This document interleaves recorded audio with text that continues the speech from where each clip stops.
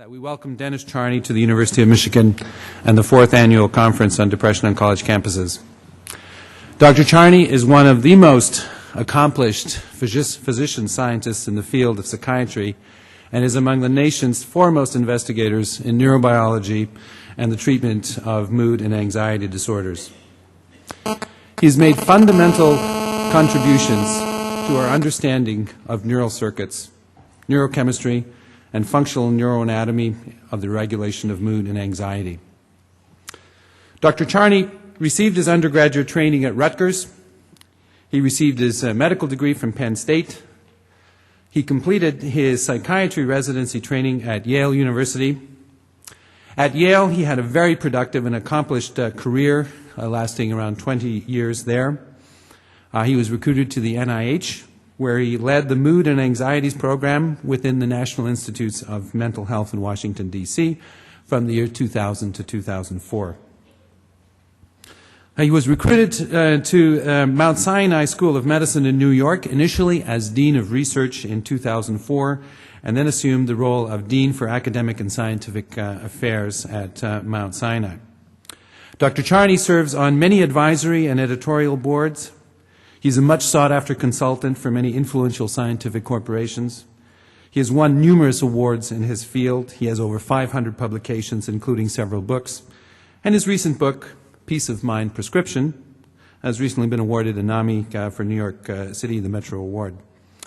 Dr. Charney also knows a thing or two about college campuses. He has currently 2 children in college and 3 in grad school.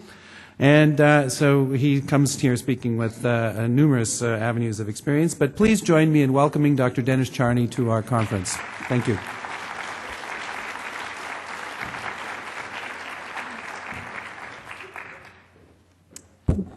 Thank you very much. It's a pleasure to be here.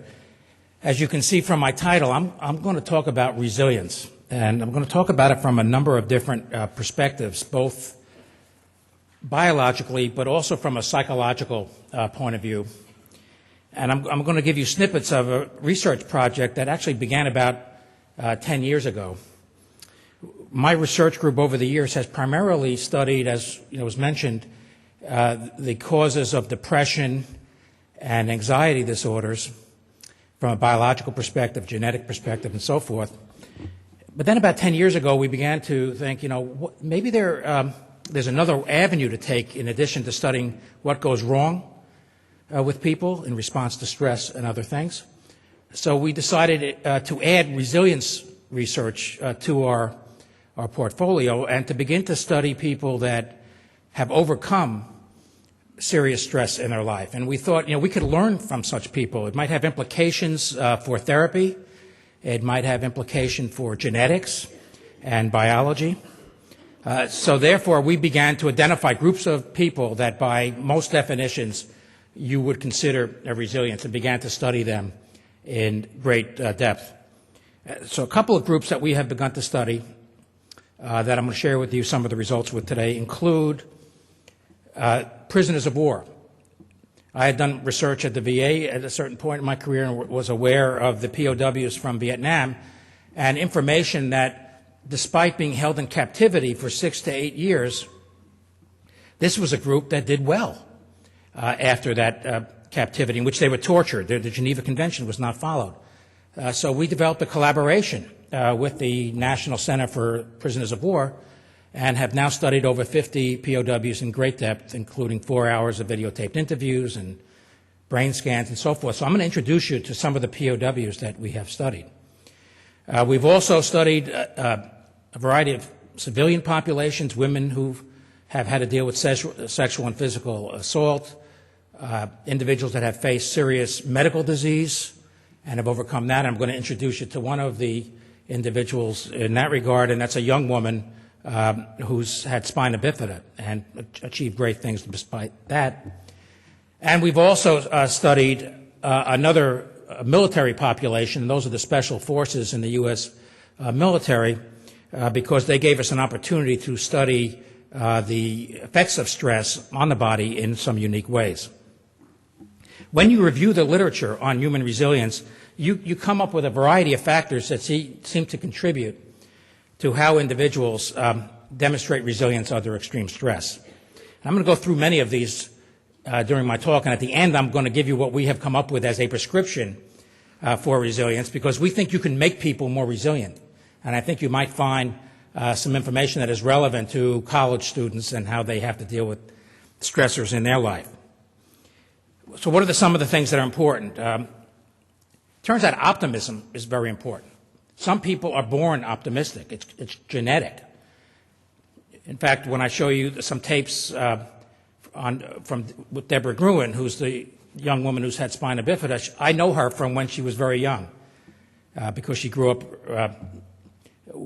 near my family, and my daughters got to know her. She was optimistic from day one. She had a positive attitude that was genetic. Other people learn to be optimistic, and that's in part the basis for cognitive behavioral therapy. For some people, moral compass is critical, to have a set of beliefs that few things can shatter.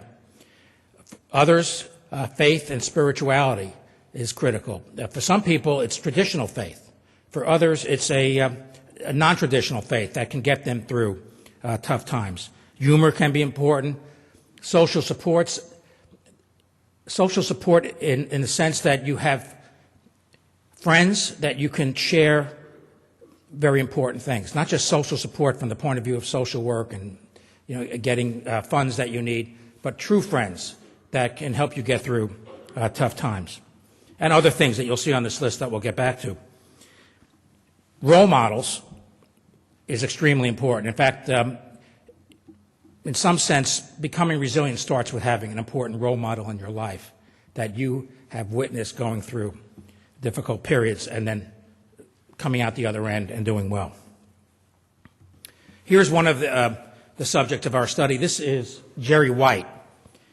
Jerry White won the Nobel Peace Prize in 1997, along with Ken Rutherford, for forming the Landmine Survivors Network. So he's a victim of a landmine. He was a Brown freshman at 18 years old, and he, despite being an Irish Catholic from Boston, he decided to major in Judaism and take some time off and go to Israel to follow the path of the prophets.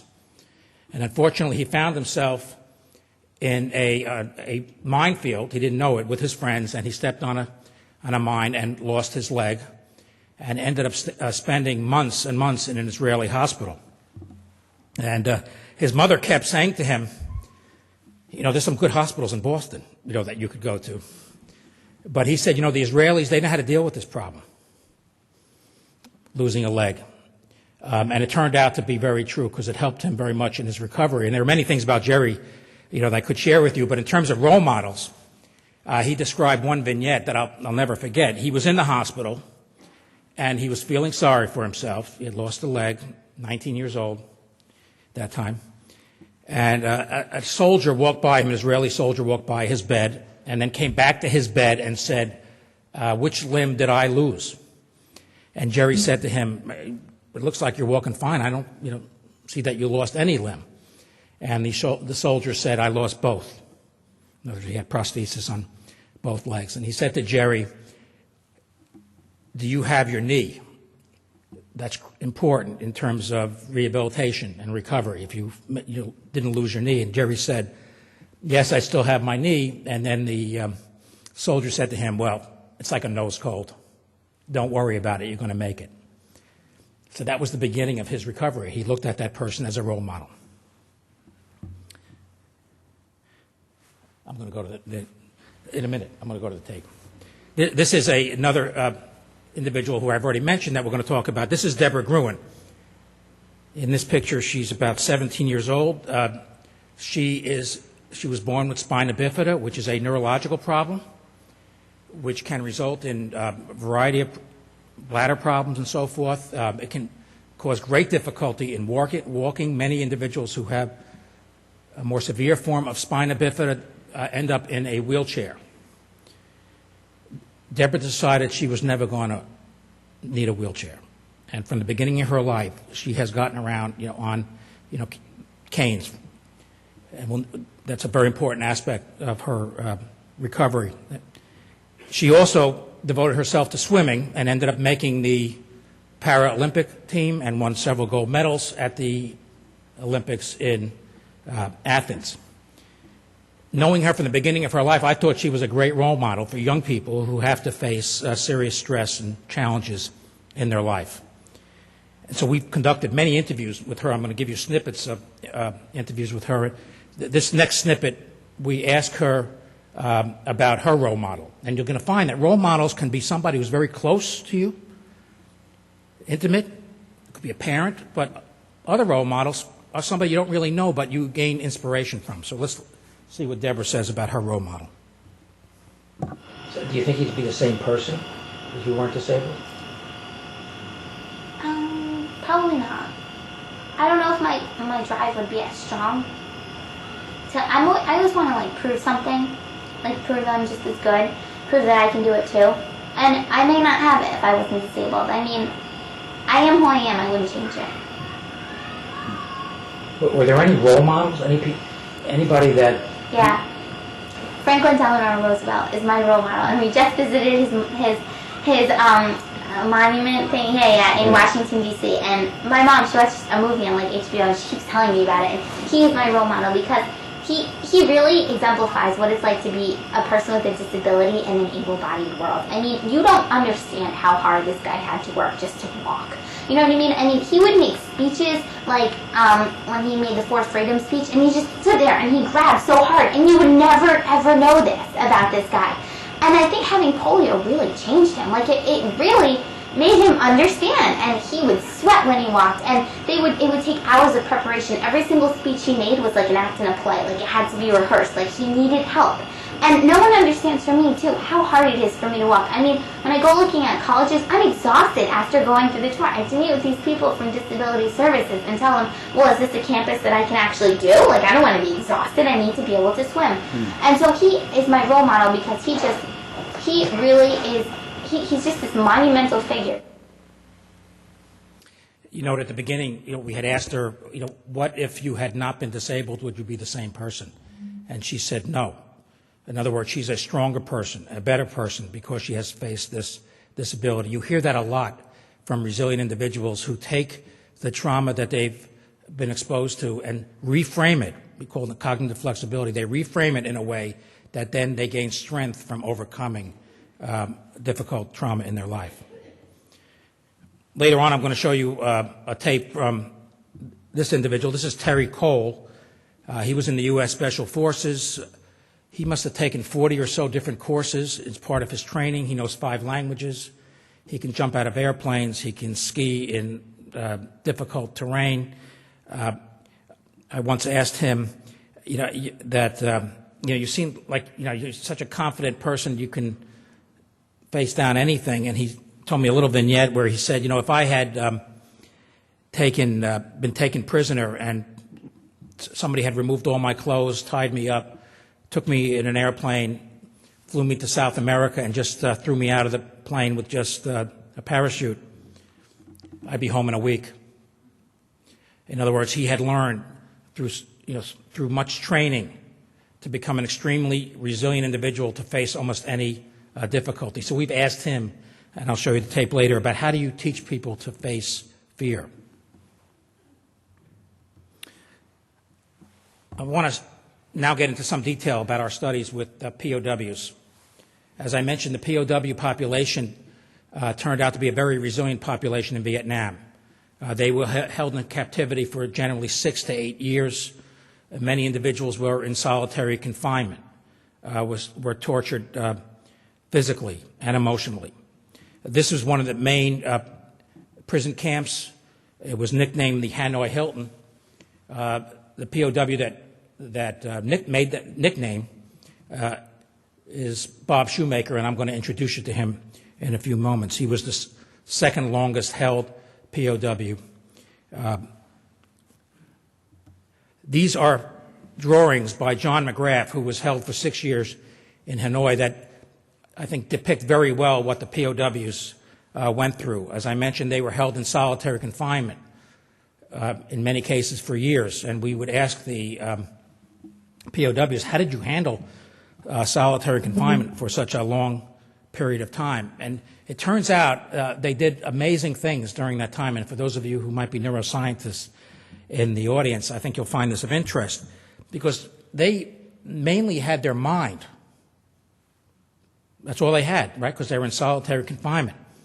And many of the POWs told us, without us realizing that we were going to hear this, that their capacities, their mental capacities increased dramatically during the time that they were held in solitary confinement. For example, some of them developed mathematical capabilities that they had never had before, where they could ultimately multiply 12 numbers by 12 numbers and get the right answer. Others would relive their life and go back in time. And, for example, one POW told us that he ultimately, was thinking about his life and went through each of the years in grade school and so forth, and got to the point that he could name every kid that was in his kindergarten class.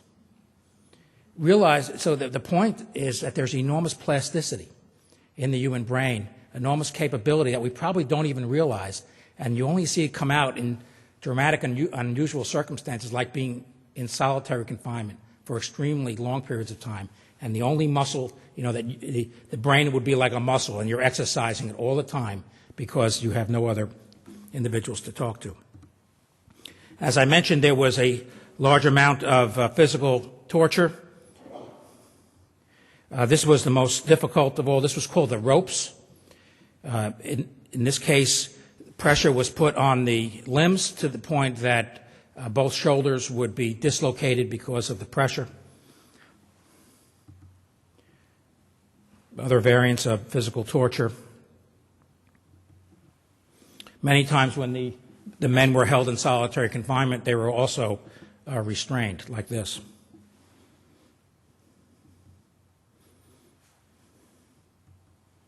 One of the things that got them through was a tap code. And it's become a metaphor for me in working with a lot of traumatized individuals that everybody needs a tap code. This tap code enabled the men who were held in confinement, either singly or in pairs, to communicate with the other individuals who were in cells. They developed a method of communication through tapping on the wall.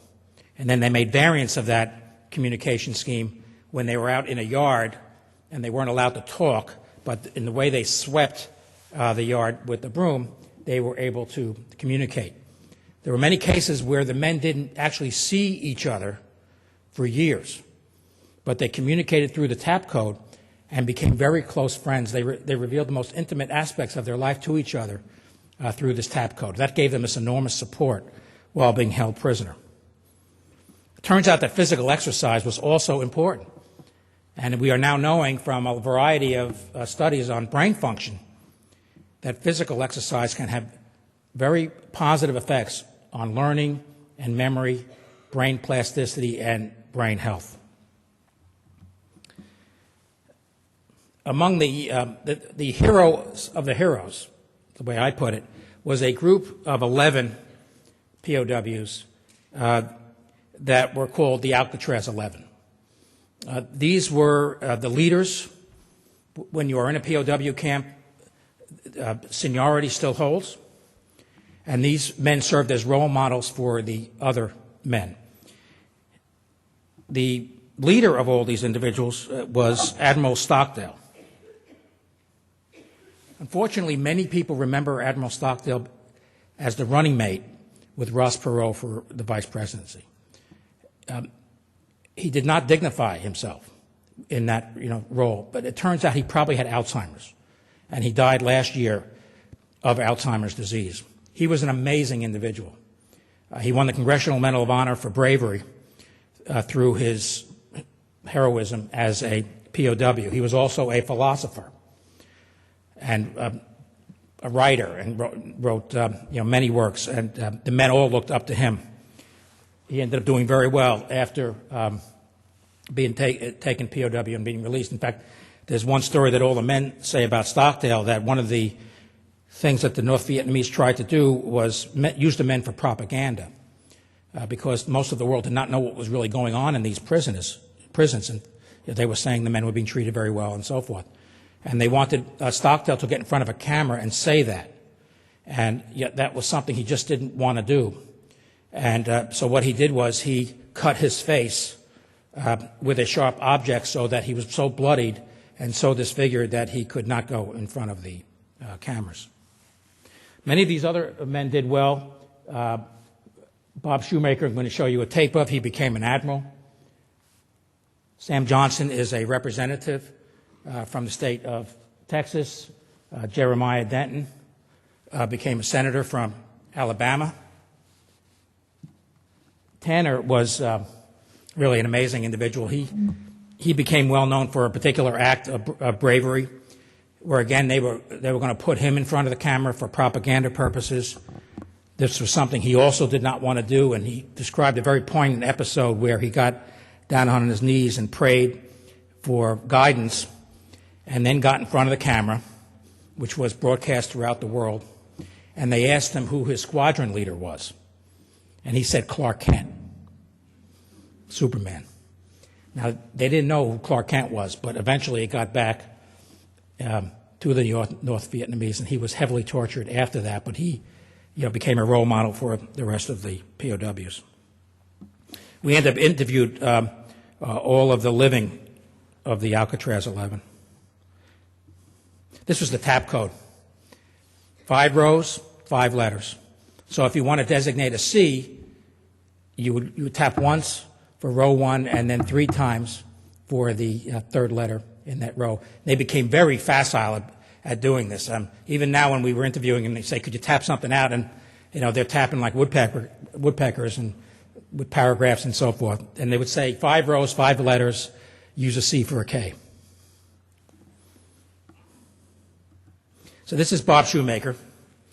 He was shot down in 1965, February 11th. As I mentioned, the second longest POW in terms of being held. Everett Alvarez, who you're going to hear on the tape, referred to, was shot down about a month before Shoemaker, and then they were released roughly at the same time. This is Bob's wife, Lorraine. They're still married.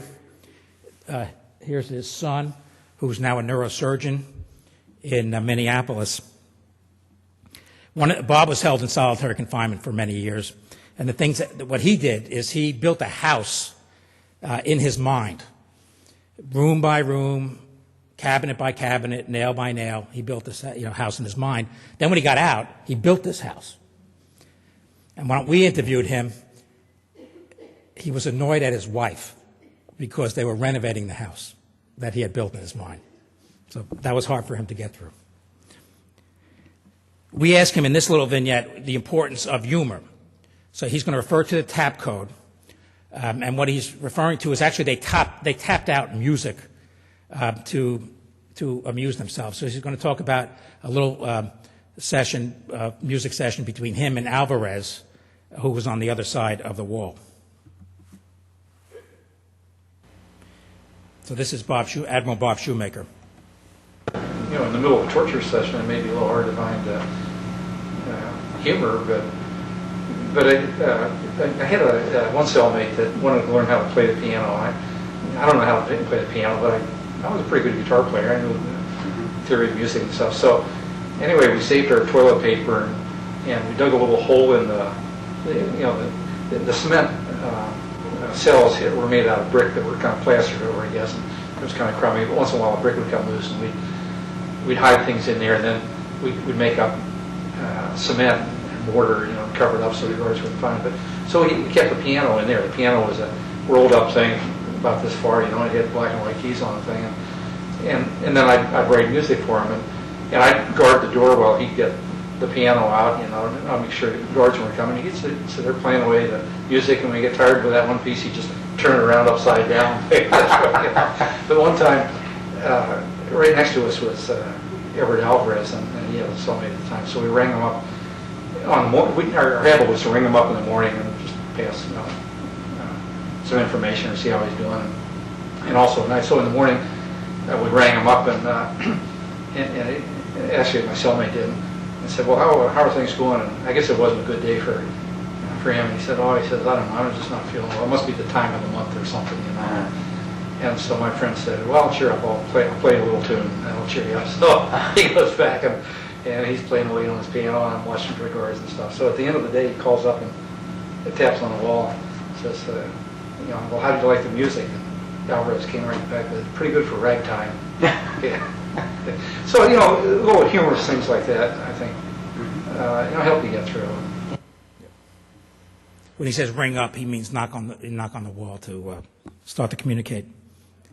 Role models was very important for them as well. As I've mentioned, this is Steve Long. He was held from 69 to 73, and we asked him about the importance of role models. You can see everybody gets a little older. The role models we had were just fantastic,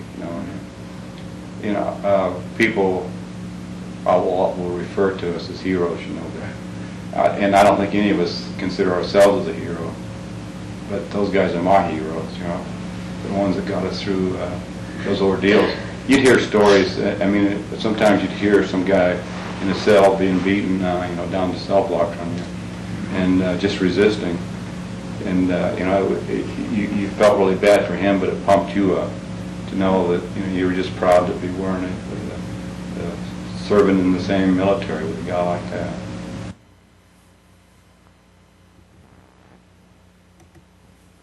Yeah, you had to be real careful, in accepting things. They'd offer you a bath, and you were very prone to accept taking a bath, but you learn that you shouldn't do that unless everybody gets a bath. And our rules were, most of us were offered early release. Vietnamese would tell us, if you give us information, then maybe we release you early. You go home maybe 30 days. Well, our rules were, no one accepts early release. Nobody goes home until we all go home. Pretty amazing. This is Lou Mayer. Lou was a civilian who was taken POW. He was a fireman in Vietnam during the war and got caught in a firefight and was taken POW. When he got out, he became the chief of the fire department in San Diego for many years. He was known for a number of things. He was one of the few POWs to attempt an escape. He and Jim Thompson trained to escape. Jim Thompson was his roommate for many years. They became lifelong friends. Thompson was held in South Vietnam longer than anybody else, was kept in a cage. And when he was brought to North Vietnam and was placed in the cell with Lou Mayer, he weighed about 90 pounds and was close to death. And the two of them essentially became legendary cellmates because Lou Mayer nursed Jim Thompson back to health, and ultimately they began to train for their escape, and he's going to talk a little bit about that. They ended up escaping and then got caught and got brought back to the camp. Being in physical shape was critical for Lou in getting by, the many years that he was held, and he was held from 68 to 73. So first we asked him about his exercise regimen in that small little cell he was in with Thompson. How much each day did you exercise when you were in solitary?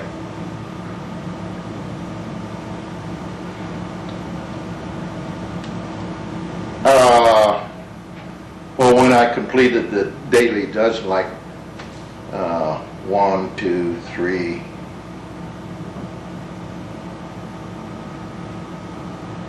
changed the repetition to 4 repetitions to one cycle. 1, 2, 3, 1. 1, 2, 3, 2. 1, and then they changed the push-ups where I put my feet up on the bed and go down. And just changed it. In communal living, we use Bob Ocean. It was the smallest guy. That's our weight. And Preston. Yeah. And When Jim and I got separated, they took us out. We were a bad influence. We were not good prisoners. In our preparation, we ran 100 laps with our Ho Chi Minh shoes, sandals, the tires, and then 100 laps barefooted to build up the calluses on our feet. To find out how long we could go for an act. He did not quite, he got about 15 hours and I went over 24 hours straight running. 24 hours straight running? Like how many push-ups could you do you think? How many push-ups do you think you could do in a row? Then, I got That. 61 arms. 61 arms. And that. Wow. And I don't know if anybody's ever tried a one-arm push-up. It's good to do one. And you can see how he talks and Steve Long talks and Bob Shoemaker and so forth, how humble they are. And you sit there and talk to them and you're hearing these stories. It's like hard to believe, how they handled it. And they all use some different techniques. And, with Lou, the exercise actually really helped him mentally.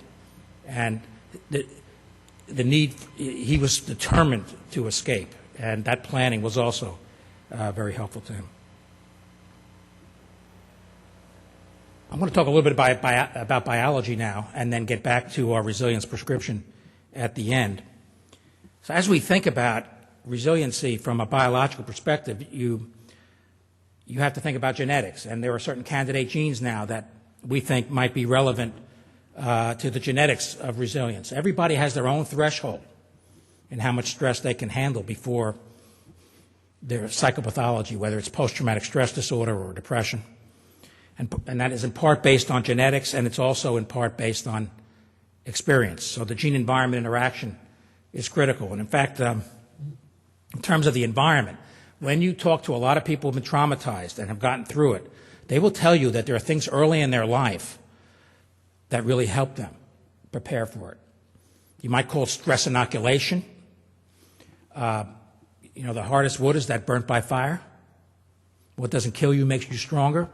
So many individuals that had challenges early in their life and then they're faced with a big trauma, that early life experience is very helpful. In fact, my kids said to me, ever since I started studying resilience, I got tougher on them.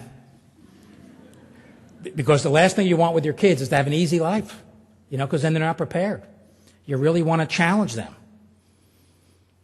You want to challenge them in things that they could eventually master. You don't want to challenge them to the point that they always fail. But if you challenge, they master, you challenge, they master, you challenge, they master. And before you know it, you have a really resilient person that can handle a lot of different things that are going to come across them during their life. So environment is very important. So in terms of our work to try to understand the biology or the hormonal aspects of resilience, we conducted this pretty unusual experiment in collaboration with the U.S. military. So we studied the Special Forces. Now, this is an elite group. There are many hurdles you got to get to before you become a member of the Special Forces. And one of the most stressful aspects of their training is this particular course. I don't think anybody, unless you've been in the Special Forces, you didn't take a course like this. And it's called Survival, Evasion, Resistance, and Escape. It's designed to prepare you, for what you might come across. They undergo weeks of emotional and physical stress that include sleep deprivation and excruciating physical demands. They endure cold, dark, hunger, interrogation, exercise, and so forth. So we were able to study the men before and during and after this course. Most of the time when you do research on stress in human populations, you study somebody who's already been stressed. You don't have a baseline. This enabled us to look at the baseline from a biological perspective and look what happens to the body under extreme stress and see what that might mean in terms of performance and resilience. So the school is divided into these 4 phases: the pre-stress phase, the evasion phase when they are hunted in the wilderness, a confinement phase because they're captured and taken POW, and then a debriefing post-stress phase that ends with graduation from the course and a grade. These are, this is pictures from the course, so you can see how realistic it is in terms of being taken POW. This is the POW camp that's part of the course where they were held. So we looked at a variety of changes in terms of hormones, neurotransmitters, and so forth to see what is the profile of what happens to the body when you're under extreme stress. And so here you can see that cortisol goes way up. We were able to get samples during the interrogation phase. Very high levels in terms of activation of the HPA axis leading to cortisol going up. Just focus for the purpose of this talk on the special forces. You can see that plasma norepinephrine goes way up. The adrenaline system gets activated, which has both a plus and a minus. When you're under stress, you do need activation, fight or flight reaction. But if that stays up long term, anxiety, fear, insomnia, and so forth. Neuropeptide Y, NPY, that goes up under stress, and that's informative, instructive. Neuropeptide Y is a neuropeptide that we all have that has been shown in animal models to be an anxiolytic. It's a naturally occurring anxiolytic peptide in the body. So that goes up under stress. We think that's good. That's adaptive. You want a robust neuropeptide Y system to be activated when you're under stress. Testosterone goes way down, and it stays down even when the course is over. That's interesting. That's not good to have low testosterone long term for many reasons. If you're a young boy and you're going through puberty and you're under severe stress, you're in an abusive environment, and your testosterone goes down during the time of puberty when it's normally going up, that probably has significant consequences in terms of vulnerability to anxiety, depression, and a variety of other psychological factors.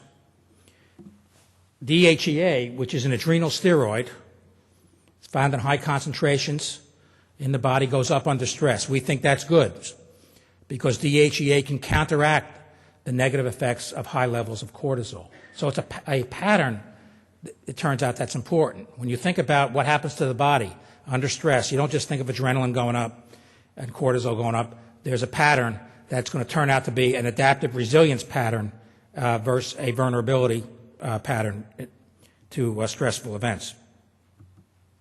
We conducted the same experiment in a group of special forces. In this case, it was the Navy SEALs. And the study was done in San Diego, where the Navy SEALs are taken out in the middle of the night on a boat, and they pushed off the boat, and they have to swim underwater without being detected for a couple miles to a particular place on land. And they are getting graded in terms of their performance. And we got samples when they landed on the beach. And you can see here, that's the stress measurement.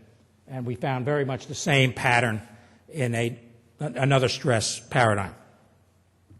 And it turns out performance relates to some of these changes. So that's critical when we think about other forms of stress. It turns out that the relationship between DHEA and cortisol relates to performance. The higher the DHEA release in relation to the cortisol release, the better people performed under stress. This performance score from the SEER course, the survival course, was not done by us. So it was done totally independently of the measurements of DHEA and cortisol. And it turns out that neuropeptide Y going up is also adaptive.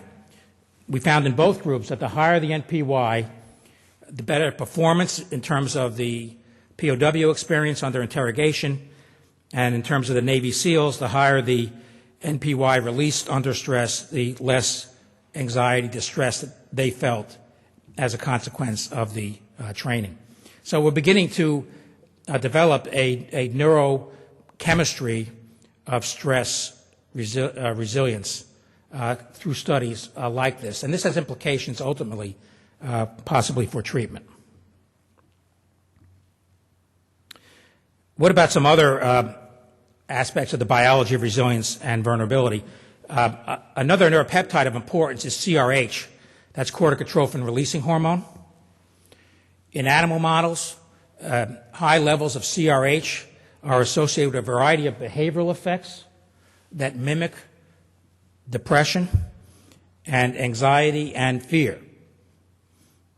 And in conjunction with clinical studies that have shown that in PTSD and also in depression, there are elevations in CRH in the spinal fluid. It indicates that increased CRH release under stress is a risk factor for developing anxiety and depression following stress, and probably a system that suppresses that CRH response will be related to resilience. And it raises the possibility that drugs that block the effects of CRH antagonists, may have utility for preventing the negative consequences of severe stress, perhaps in a way that would be preventative. And there's a variety of pharmaceutical companies that are working very hard to develop CRH antagonists. Of note, remember that testosterone finding, in which it goes down and stays down under severe stress, it turns out that high levels of CRH suppress testosterone. So that may be the mechanism. I showed you that adrenaline, norepinephrine, goes up under stress. It turns out that if that doesn't come back down under stress, you're at risk for developing psychopathology. So, for example, here in post-traumatic stress disorder, when you measure norepinephrine in the spinal fluid around the clock, and this was work done by Tom Gericcioti at Cincinnati, individuals who have chronic post-traumatic stress disorder have chronically elevated adrenaline, as if their adrenaline response from the stress to begin with didn't come back down, did not adapt. It's an adrenaline system that does not adapt. You can also find that if you measured norepinephrine in the plasma. This is work by Rachel Yehuda, where she found patients with chronic PTSD had elevations in norepinephrine around the clock, which is not good for a variety of reasons. High levels of norepinephrine makes you prone to anxiety, but it also may make you prone to a variety of medical consequences that are associated with chronic stress and elevation in the adrenaline system. We have been very interested in adrenaline function for many years in stress, depression, and post-traumatic stress disorder. And one of the ways we have studied the adrenaline system is to look at the function of a receptor that regulates the release of adrenaline, and that is the alpha-2 receptor. And that's located here presynaptically, and it regulates the release of norepinephrine. If you have, it serves as a brake on the norepinephrine system. So if this receptor is not functioning properly, when you're under stress, norepinephrine is going to be released, but it's not going to adapt and have the system turn back down toward normal. It turns out there is a gene that is involved in the function of this receptor, which breaks the norepinephrine system, and we began to study this gene. I'm going to just mention this finding and get back to the gene, because you have to understand why we looked at yohimbine. Yohimbine is a drug that blocks this receptor. So it blocks the receptor right here. So when you block this brake, more norepinephrine gets released. So it's a way of probing the norepinephrine system. When we gave yohimbine to patients with PTSD, they show very abnormal responses if that receptor is not working properly. They show abnormalities in their metabolic response, and this was a PET study where we measured brain metabolism following yohimbine. They have elevations in the norepinephrine release, a variety of abnormalities suggesting chronic elevation of norepinephrine function in PTSD. So because we had this finding related to the alpha-2 receptor, and we knew that there was a gene that relates to norepinephrine function, we decided to study the gene. One of the reasons that gene is interesting is that it's also been shown to be abnormal in patients with congestive heart failure. This was a study that was published in the New England Journal of Medicine in 2002, in which the alpha-2 receptor gene was looked at, and a particular form of that gene, in this study in African Americans, increased the risk of having heart failure by 5-fold. And the theory was that by having this abnormal gene, you had chronically elevated norepinephrine, and that's bad for your heart. So we wanted to prove whether or not that gene relates to abnormal norepinephrine release directly. So we did a study in healthy volunteers. This is now published in Pharmacogenomics. We gave that drug yohimbine that blocks the receptor that the gene codes for, and we found if you are homozygous, meaning you have 2 copies of that abnormal gene, you have an increase in norepinephrine that is several-fold higher than if you didn't have that abnormal gene. That's the line in blue. So this is the, if you have 2 copies of the gene, you have elevations in norepinephrine function, and it looks like you're at greater risk for heart failure, and we think you're also at greater risk for developing PTSD, maybe depression under stress, because that brake is not working because of a genetic abnormality. And it turns out if you have that abnormal gene, and we give you yohimbine and we measure anxiety as well as norepinephrine release, you have an increased anxiety response. So here we have a gene that relates to norepinephrine release in humans. We know there's an abnormality in norepinephrine in individuals who've been stressed and develop PTSD. So the next study to be done is to look at the frequency of this gene in the population in relationship to the effects of stress. So we look at a gene-environment interaction. This can be a very powerful paradigm, as exemplified in this study, which was published in Science in 2003.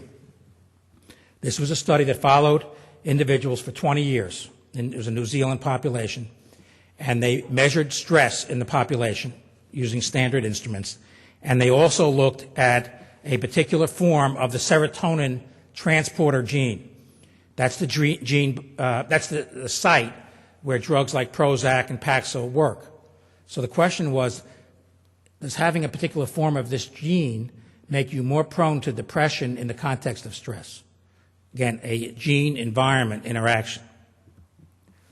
And these are the findings. The more life events you had, in conjunction with having this form of the gene, the SS form, the greater your risk of having depressive symptoms and having depression, clinical depression. But it only occurred in the context of life events. So just by having this gene didn't increase your risk of depression. It's only having this gene and being stressed in your life. So it's a risk factor. It's useful to know if you have this gene that might place you at risk in the context of stress. It turns out that another form of the gene, the LL form, may be related to resilience. Because look at this. We know from lots of epidemiologic studies that severe maltreatment increases your risk of depression. That's a fact. But if you have that LL form, look, compared to no maltreatment, and severe maltreatment does not increase your risk of having depression. So that's a gene that might promote resilience. So the point in both the study, what I showed you about the norepinephrine gene and the serotonin gene, that we now have the capability of relating particular genes to one's environment, and ultimately we might be able to predict who's at greater risk for getting depressed, for getting PTSD under stressful environment, that we would truly have a more personalized medicine because we would get a genetic profile and that would instruct us in terms of who's at risk and who's not.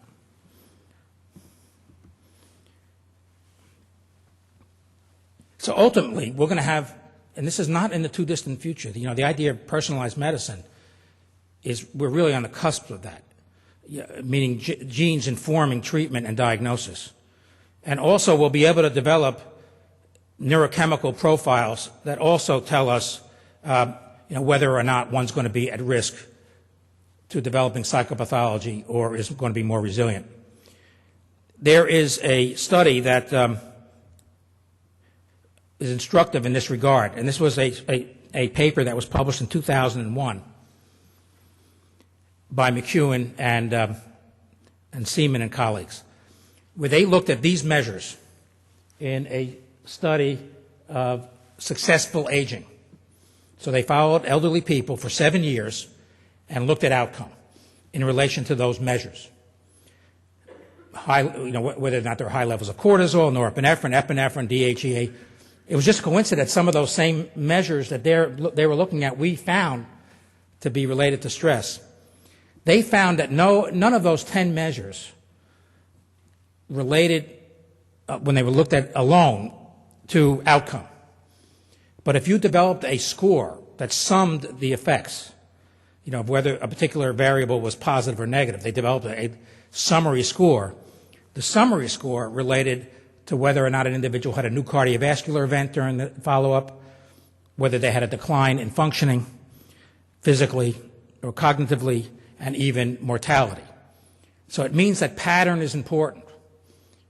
Most of the research in our field looks at only one variable at a time.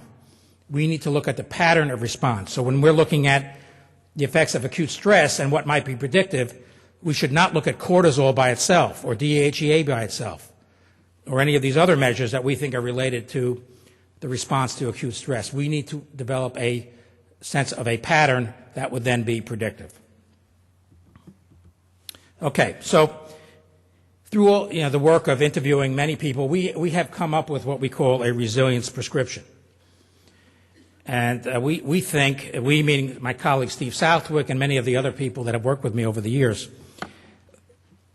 we think that, and this can obviously be refined and so forth, but we think this concept of a prescription for resilience as opposed to a prescription for depression can be helpful. And that you may find things in this prescription that you can add on to the traditional treatments that we use for the treatment of depression. So here's 3 of them. One is positive attitude.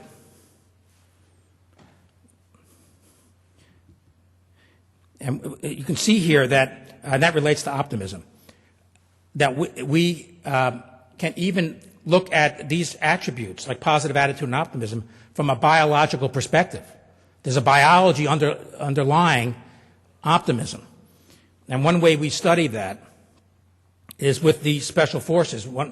The study that I showed you before, we did in the wilderness area of Fort Bragg in North Carolina. When I went to NIH, we brought special forces down to the NIH campus and studied them in the magnet, doing brain imaging, giving them neuropsychological tests, doing the interviews.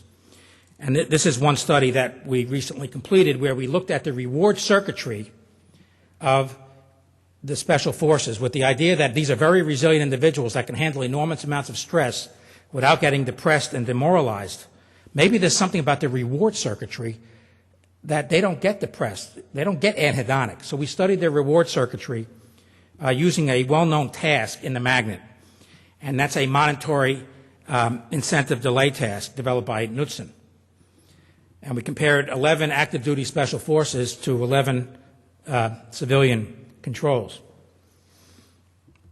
And what we found is that it looked like the reward pathways in the special forces seems to be always activated at a high level, as if their reward circuitry was more robust and somewhat invulnerable to the effects of stress in affecting our ability to experience pleasure and so forth.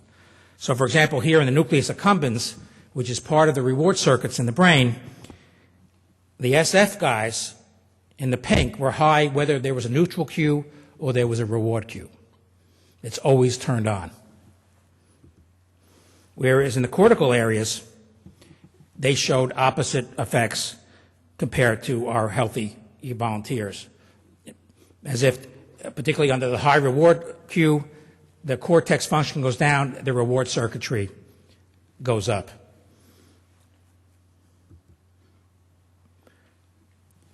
I present this to you just to show you what we can now begin to study at the level of neurobiology by looking at reward circuits in a resilient population. And we think from this study, in a preliminary way, that greater activation of crucial components of the reward circuitry to seemingly neutral cues could underlie resilience to trauma in special forces and maybe in other resilient populations. So positive attitude is very important, and you can help people develop a more positive attitude, and as I mentioned before, that's in part what cognitive behavioral therapy could be. 2, cognitive flexibility through cognitive reappraisal. Traumatic experiences can be reevaluated by altering the perceived value and meaningfulness of the event. One can receive a benefit from stress and trauma. You can reframe it, you can assimilate it, you can accept it, and you can recover it. These skills can be learned. In the beginning, when I showed you that tape of Deborah Gruen, she mentioned how facing a disability for life made her a stronger person. That was cognitive flexibility. She reframed it. It wasn't a bad thing. She became a stronger person. She became a better person. Failure can be an essential ingredient for growth. And here, too, there's a biology. There's a biology to cognitive flexibility. And these are several mechanisms that we have highlighted. Memory reconsolidation. It turns out that you encode a memory very firmly, very strongly, following a traumatic event. But that memory is open to change, it turns out, from laboratory studies and so forth, well after that original event. And that may in part be what psychotherapy does. It takes a memory and literally reframes it and changes it in the brain, biologically.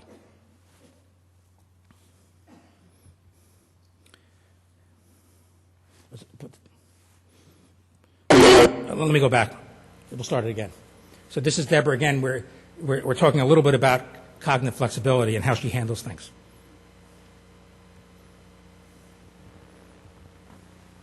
Gee, I could learn a lot from both. You know, it's interesting. It takes most of us kind of a lifetime to figure some of these things out, to be honest with you. Because people, you know, that's right. Just do it. Do what you love to do. It seems to come relatively easily to you, but that does not come easily to many people. And people just don't know how to do what they like to do. They often hold back, etc. But you don't seem to hold back a lot. No, I'll definitely speak what's on my mind. I don't hold back anything. I know of, you shouldn't be afraid of who you are, mostly, I feel like. You know what I mean? Like, if you have canes, you have canes. If you have a disability, you have a disability. Like, what are you going to do? Hide it? Like, pretend it's not there? It's there. You just learn to work around it. You work with it. You know, just get over it, kind of. I mean, it has come up. Like, there have been cases where I have really been forced to confront the fact that I have a disability. Like in Athens, you know, like the Paralympics, the place where you think everything would just be perfect, it was far from perfect. You know what I mean? Like, the village was enormous. I was tired from walking around there. And they even told me that, you know what, you need to use a wheelchair. And I have been fighting against using a wheelchair from day one. Like, my motto was, you use it or you lose it.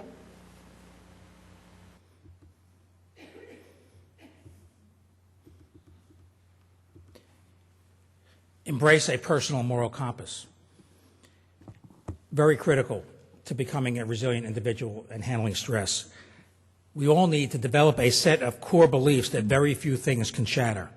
Now, for many, faith in conjunction with strong religious and spiritual beliefs is associated with resilience. Not for everybody. Altruism is strongly related to resilience. That's survivor mission. Mothers Against Drunk Driving. That was very helpful to the mothers who started that organization. So we in our treatment of individuals who have to handle severe stress, we encourage them to get involved in other activities, to be altruistic. It can be very helpful. I'm going to give you, here's one example of faith. This is Dick Bolstad, one of the POWs. He was very religious. He prayed every day. And we talked to him about the importance of religion to him. And in fact, one of his friends in the camp was not religious, but he saw how much Dick Bolstad got out of his religious beliefs. So he decided he was going to try to become more religious. So for a year, he decided he was not going to curse. He was going to pray every day. He did it for a year, and then he said, you know, it's not helping. It's not for me. But for Bolstat, it made a huge difference. So for some people, it really helps you get through. So Dick was there for 8 years. He was a role model for many individuals. He had Bob Lilly as his roommate, and they were known as, again, being very close on one hand. They were subject to what's called the prisoner's dilemma, which means they would take Bolstat out and say, if you don't answer our questions, we're going to torture Lilly. And then they would take Lilly out and say, if you don't answer our questions, we're going to torture Bolstat. Now, neither one gave in, even though they loved each other. They just, they couldn't do that. They became friends for life, and they were also known as, they had very different political beliefs, and they would argue in the prison cell about various political things, and one time they got so mad at each other, Bolstat hit the wall and broke his hand, having a political fight with his roommate. At any rate, we asked him about his spiritual beliefs, and this is a little vignette. When he was released in 1973 with the other POWs, everybody got steak and they got ice cream and so forth, and that's what they ran to. He wanted to have confession. He didn't want to do anything else but get confession. And this is what he says. I asked him, by the way, what did you do wrong in prison? We were talking earlier about when I came home that time from Vietnam, which was really quite an experience. And we got to Clark, and my first thought was when I was to get to Clark was to get a hold of a priest and receive communion before anything else. And we got there, and guys were getting cleaned up and throwing away their uniforms they gave us and putting on real uniforms and going down the dining hall and getting milkshakes and steaks. And I contacted the chaplain. Catholic chaplain told him I wanted to receive communion. He said, oh yeah, Dick, he says, Mom, we're having Mass tomorrow, 11 o'clock. And I said, no, Father, you don't understand, I'm going to receive communion now. He said, well, maybe, can we do it a little later? And I said, no. I said, now. I said, do you have access? And he says, yes. I said, now.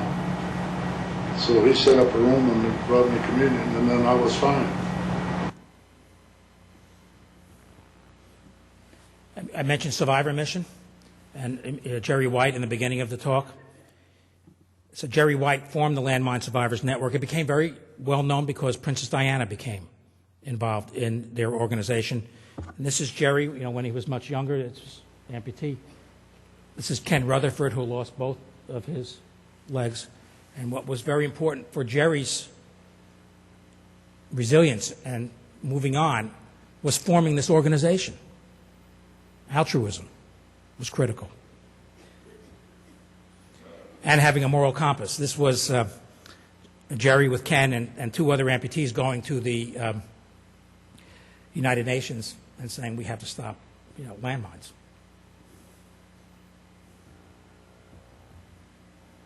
I already mentioned the importance of having a resilient role model, and many times recovery starts with finding such a person. It's important to develop active coping skills. When we looked at the, we meaning our field, looked at the World Trade Center population, we found those that, in New York, those that actively coped, didn't become passive, sought help from friends and family or even mental health professionals, did much better. So active coping skills is a sign of resilience. It minimizes appraisal of threat, creates positive statements about oneself, and to do that, it's helpful to seek support of others and act. Facing your fears. It's important to tell our patients and tell our kids that fear is normal and can be used as a guide. Facing your fears can increase your self-esteem. You can learn and practice skills necessary to move through fear. And here, too, there's a biology. So I'm going to give you just two more vignettes on facing your fears. One is we asked Terry Cole, how do you face your fears? And how do you, he's now an instructor, so how do you instruct people who have to do really scary things to face down fear? He sounds like a therapist. If you had a friend who just found himself kind of immobilized by fear, Right. in different situations, I don't know, I can't think of the situation, but Sure. yeah, Is there particular advice that you might offer to him? Well, based off of my experiences, first I always go back to what I teach students in survival training. We have a lot of things we got to teach them. One of the things we try to tell them is that it's okay to be nervous. It's okay to be afraid. Okay. That is just a normal human reaction. But there's a difference between a little bit of fear and panic. Yes. Okay? Fear is something that you can control. Okay. Is how I understand it. Yes. I can control fear, I can almost use it for my benefit. But with panic, I can't control panic. And if I let that fear get so big it turns into panic, then that's when it immobilizes me, keeps me from doing what I need to do. Yes. And so, I try to tell them, don't get so frustrated and worried about, whether it's a bunch of people or just by yourself. Understand the situation. Realize what your boundaries are. Okay, know what your limits are. And then from there, deal with it. And at some point, you have to walk across that street. You got to jump off that airplane. You got to go out at 25,000 feet in the middle of the night. You've got to do it. If that's what you choose to do. Mm-hmm. And you're rightfully, have the right to be afraid and nervous. Yeah. So accept it. Yeah. Now, not everybody has to jump out of an airplane at 25,000 feet in the middle of the night, but some of the principles that he's talked about hold for everybody, and this is what Deborah said about facing fear. What would you say to them if you were to try to help them face their fears? If they're the type of person who just has a real hard time facing their fears, what would you say to them? Do what you think is the scariest thing possible, and it can't get any worse. How about failure? Oh, failure's hard. So it's okay to fail. Disappointment, it's difficult to get by, but I find disappointment and failure to be the greatest motivational tool of all.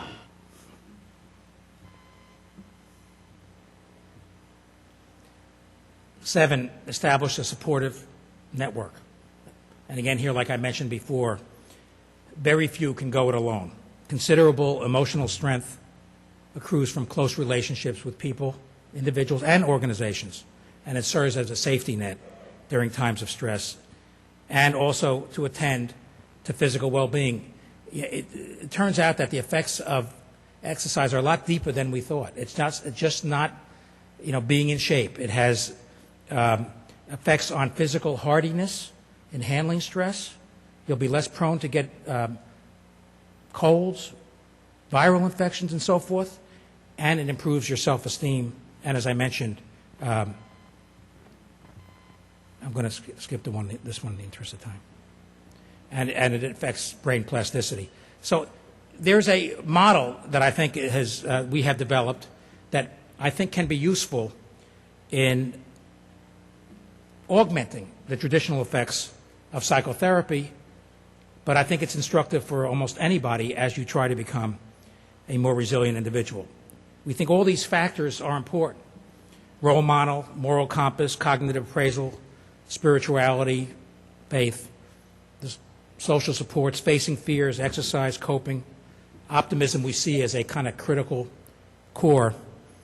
You don't need all of them, but you can strengthen all of them.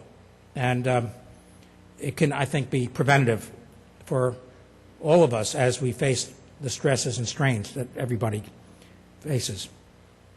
And maybe this kind of research will help us understand why this fireman is going up one of the towers when everybody else is going down. What makes somebody do that? What can we learn from such people?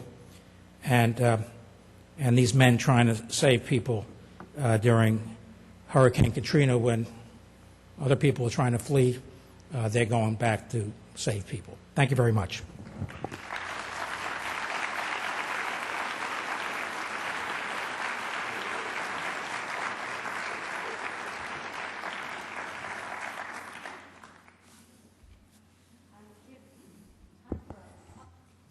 Couple of questions.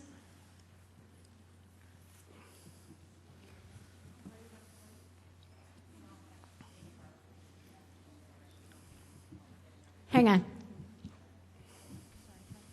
just wondering, you were talking about the testosterone level in adult males, and then you extrapolated from that to say that maybe young boys, if their level of testosterone went down, it could be dangerous as they developed. And I was wondering how you went from, I think it was special forces you were talking about, from adult men who are extremely good physical shape, where I could see maybe where there might be some reasons for a lower testosterone level, it could be beneficial. But I don't understand the extrapolation to how for young boys it could work in a stressful situation. What we found in that study that testosterone from baseline went down, even in very resilient individuals. There's a literature beyond that that shows that stress reduces testosterone. So this finding, even in highly resilient individuals, is consistent with other work that shows that stress does that. So the extrapolation is not just from special forces, doing survival training, but it goes from a literature that shows stress knocks down testosterone and that it might be persistent. So what if, and this study has not been done to my knowledge, young boys going through puberty are living in an abusive home,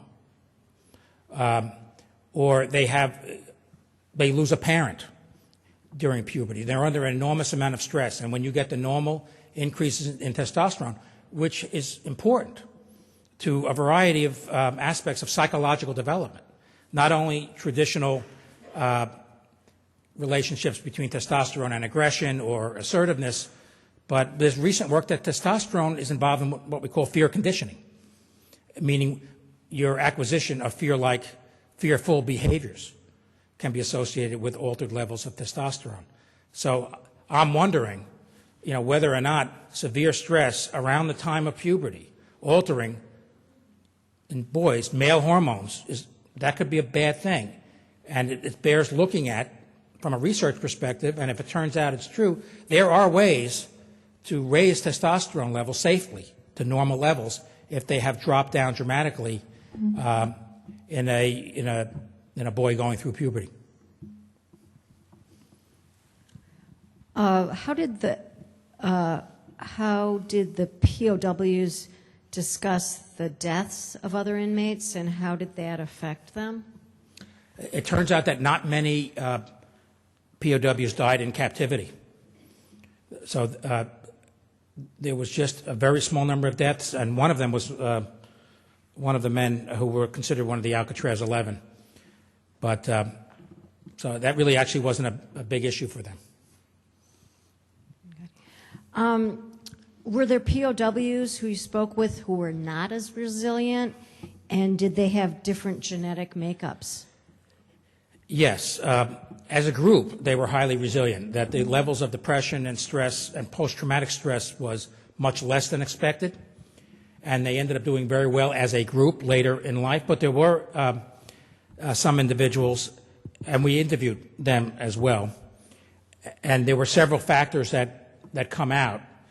And in fact, if you look at those resilience factors that I listed, in the men that didn't do as well, they didn't have some of those. And so that it was consistent with the model. And in addition, prior life experiences was critical. So those individuals that had faced challenges in their life and dealt with them did much better. And many of them were not from wealthy families, that they grew up in challenging environments. I don't